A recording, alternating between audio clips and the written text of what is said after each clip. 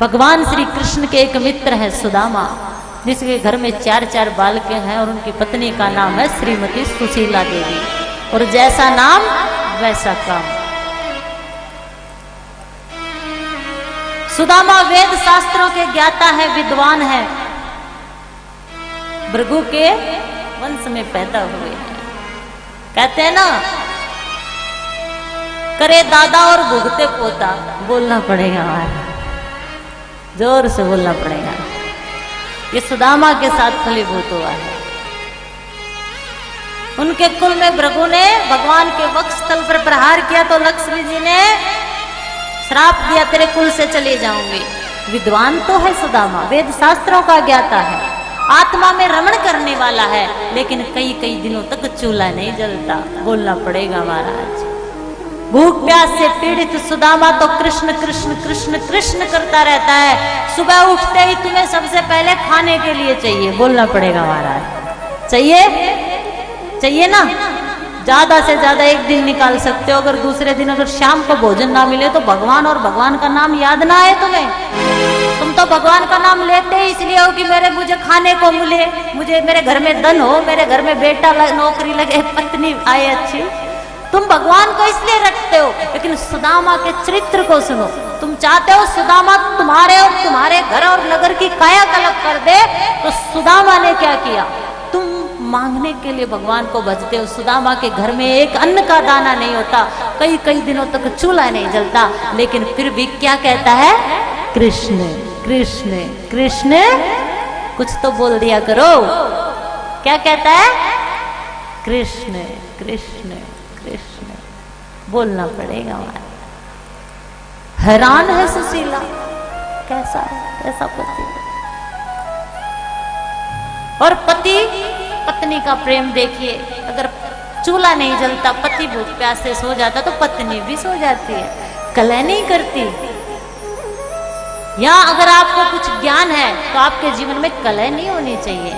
ज्ञानी से ज्ञानी लड़े कहे ज्ञान की बात, और मूर्ख से मूर्ख लड़े के गुस्से के। कुछ तो बोल दिया करो। ज्ञान है तो फिर लड़ाई क्यों है? ज्ञान है तो फिर कलह क्यों है? जहां संवाद होता है ना, वहां कहीं विवाद नहीं होता। तुम पति पत्नी बने हो, तुम्हारे घर में अगर पति पत्नी के झगड़े होते हैं तो मैं एक बात कहना चाहती हूँ, संवाद करिए।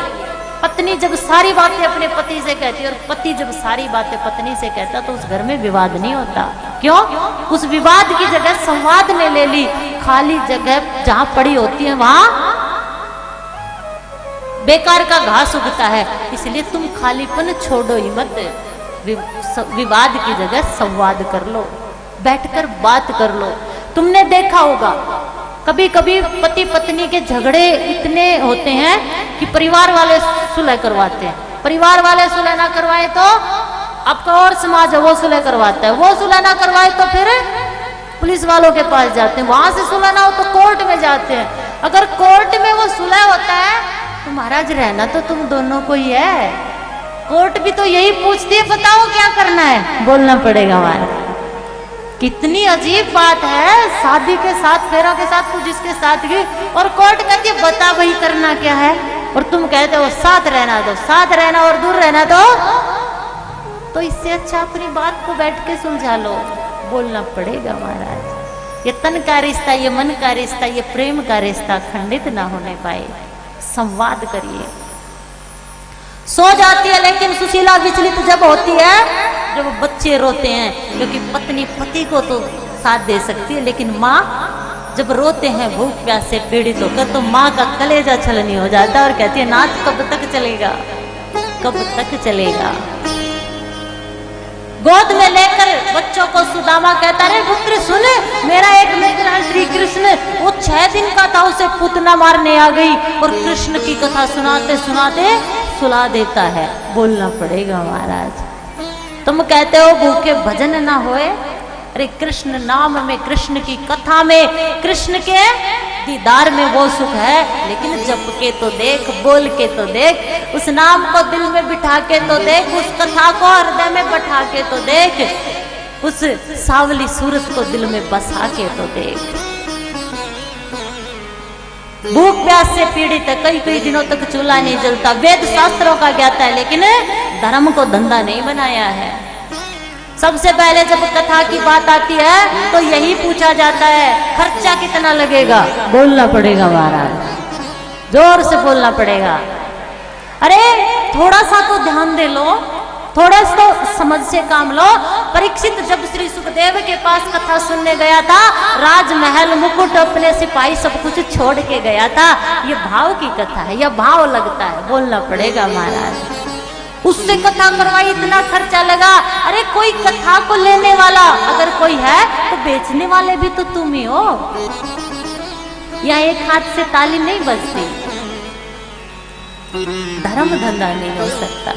एक सत्संग, एक कथा, एक हरि का नाम ही आपकी आत्मा को शांति देता है। अगर वहीं आपने व्यापार कर लिया, वहीं आपने दिखावा कर लिया, वहीं आपने सेल्फी खिंचवा ली, वहीं आपने पटका पहन लिया, वहीं अगर आपने बनना सीख लिया तो फिर तुम किसके हो सकते हो?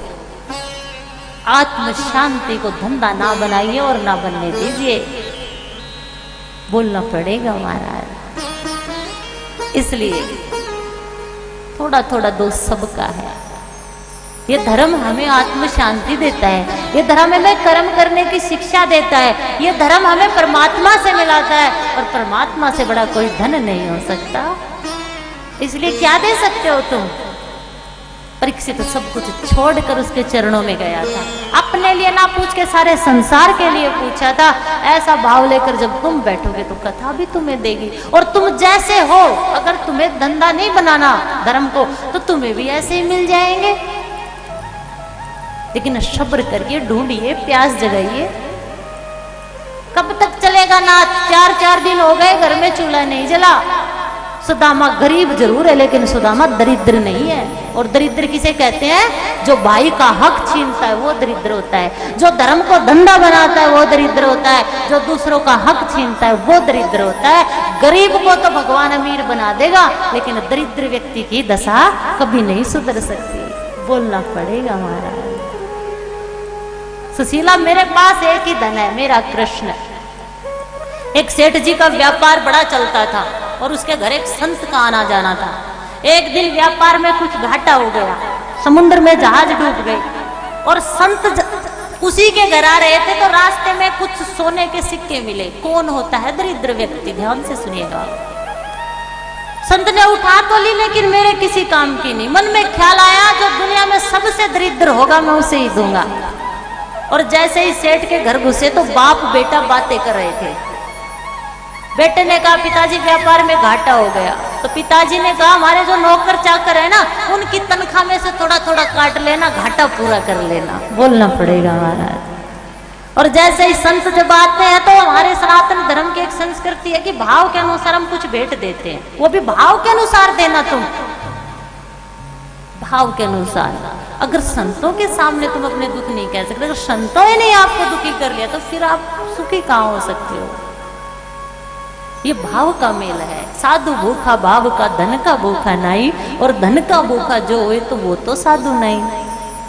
संत ने आते ही वो थैली उस सेठ के घर हाथ पे रख दी। सेठ ने कहा, बाबा क्या कर रहे हो? उसने कहा, बेटा तुझे आवश्यकता है, मुझे ये थैली मिली थी, तभी से मैंने सोच लिया था कि मैं किसी दरिद्र को दूंगा। पसीने आ गए, कांपने लगा, रोने लगा। रे बाबा, आपकी दया से सब ठीक है, मैं दरिद्र नहीं हूं।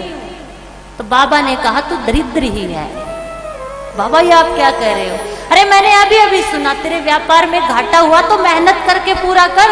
अभी अभी तू बेटे से कह रहा था उन गरीब मजदूरों की थोड़ी थोड़ी तनख्वाह काट ले। अरे मजदूर को तनख्वाह उसका पसीना सूखने से पहले देनी चाहिए, कभी किसी का हक नहीं मारना चाहिए, बोलना पड़ेगा हमारा। खून के रिश्तों में तू तकरार ना कर, मेरा हिस्सा भी ले ले मेरे भाई, आंगन के बीच में दीवार ना कर।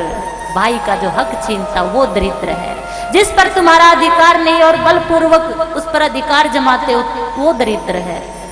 पर स्त्री पर कन्या के प्रति कुदृष्टि रखता है व्यक्ति, वो दरिद्र है।